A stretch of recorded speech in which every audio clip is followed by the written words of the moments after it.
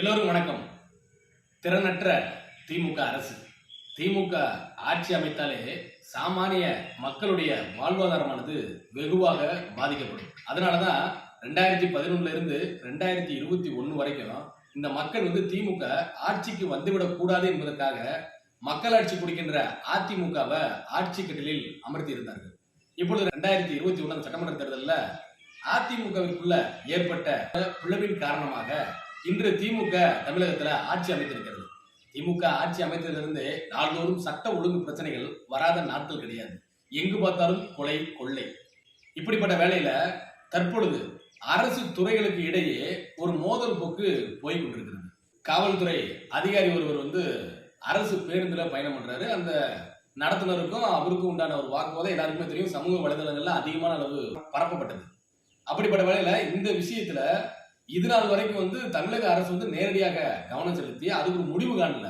ஒரு பக்கம் பார்த்தோம் அப்படின்னா டிக்கெட் எடுக்கலன்னு சொல்லிட்டு அந்த நடத்துனர் நீங்க டிக்கெட் எடுத்தே ஆகணும்னு சொல்லிட்டு இவர் பேசுறாரு. மறுபக்கம் பார்த்தா அடுத்தடுத்த நாட்கள்ல காவல்துறையை சார்ந்த அதிகாரிகள் பூரா அரசு பஸ்ஸுகள் சரியா விதியை முறையா பின்பற்றல, அதனால விதிக்கு அப்பாற்பட்டு ஆட்களை அதிகமான அளவு பேருந்துல ஏத்துறாங்கன்னு சொல்லிட்டு ஃபைன் போடுறாங்க. சீட் பெல்ட் போடணும்னு சொல்லிட்டு ஃபைன் போடுறாங்க. இது எப்படி இருக்குன்னா அந்த இரண்டு துறைகளுக்கு இடையே இருக்கக்கூடிய அந்த மோதல் போக்க வெட்ட வெளியில காமிக்குது. திமுக அரசு இவை அனைத்தையும் வேடிக்கை பார்த்துக்கிட்டு இதுக்கு என்ன தீர்வு கொடுக்குது என்று தெரியாம தாங்கள் மீது எந்த ஒரு பிரச்சனையும் வராத அளவுக்கு அந்த அரசு அதிகாரிகளுக்கு இடையே இருக்கக்கூடிய அந்த மோதல் போக்கு அப்படியே போட்டுன்னு சொல்லிட்டு வேடிக்கை பார்த்துட்டு இருக்காங்க. இப்ப சமீபத்தில் நேற்று இரவு பார்த்தோம் அப்படின்னா ஒரு காணொலி வெளியே வந்திருக்கு. அந்த நடத்துனரும் காவல்துறை அந்த காவலரும் ரெண்டு பேரும் கை கொடுத்து நம்ம சமாதானமா போயிடலாம் அப்படின்னு சொல்லிட்டு எங்களுக்கும் இந்த பிரச்சனை இல்லை அப்படின்னு இந்த பிரச்சனைக்கு ஒரு முற்றுப்புள்ளி வைப்பதற்காக அவங்க ஒரு காணொலி விட்டுருக்காங்க. அரசு இது என்ன செஞ்சிருக்கணும்? அந்த ஒரு பிரச்சனை வருது, அந்த பிரச்சனை அதிகமான பகிரப்படுகிறது அப்படின்னா அடுத்த கட்ட நடவடிக்கையாக இந்த ரெண்டு பேரையும் கூப்பிட்டு என்ன நினைச்சு என்னன்னு கேட்டு அந்த பிரச்சனை அன்றே ஒரு முடிவுக்கு கொண்டு வந்திருக்கணும். இது இவ்வளவு ஒரு பிரச்சனையா வருவதற்கான வாய்ப்பே இல்லை.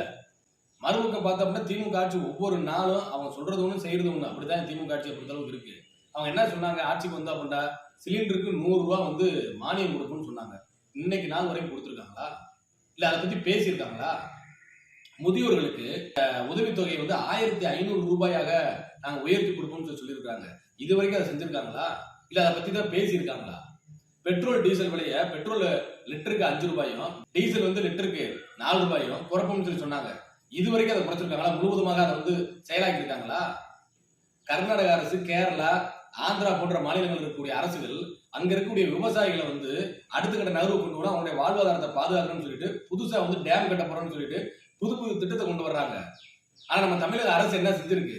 நமக்கு பக்கத்தில் இருக்கக்கூடிய மாநிலங்கள் பூரா விவசாயிகளை காப்பாற்றணும், விவசாயத்தை காப்பாற்றணும்னு சொல்லிட்டு டேம் கட்டணும்னு சொல்லிட்டு அவங்க பூரா அங்க அவருடைய செயல்பாட முன்னெடுத்துட்டு இருக்காங்க. ஆனா நம்ம திமுக அரசு என்ன பண்ணுது? ஏர்போர்ட் கட்டணும்னு சொல்லிட்டு விவசாய நிலத்தை பூரா அழிப்பேன்.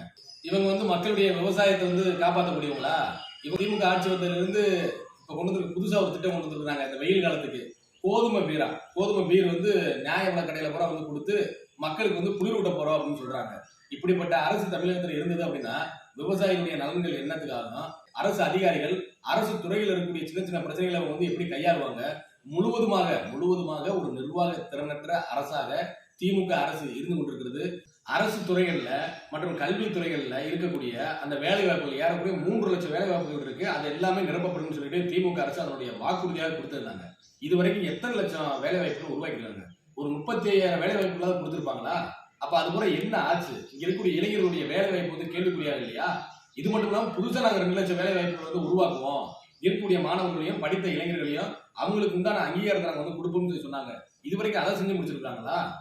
ஆட்டோ ஓட்டுநர்கள் ஆட்டோ ஓட்டுறாங்கல்ல, அவங்களுக்கு சொந்தமாக அந்த ஆட்டோ வாங்குறதுக்கு ஒரு ஆளுக்கு 10,000 ரூபாய் மானியமாக நாங்க கொடுப்போம் அப்படின்னு சொன்னாங்க.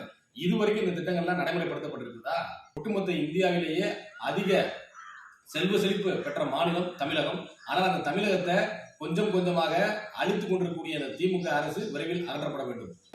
நன்றி, வணக்கம்.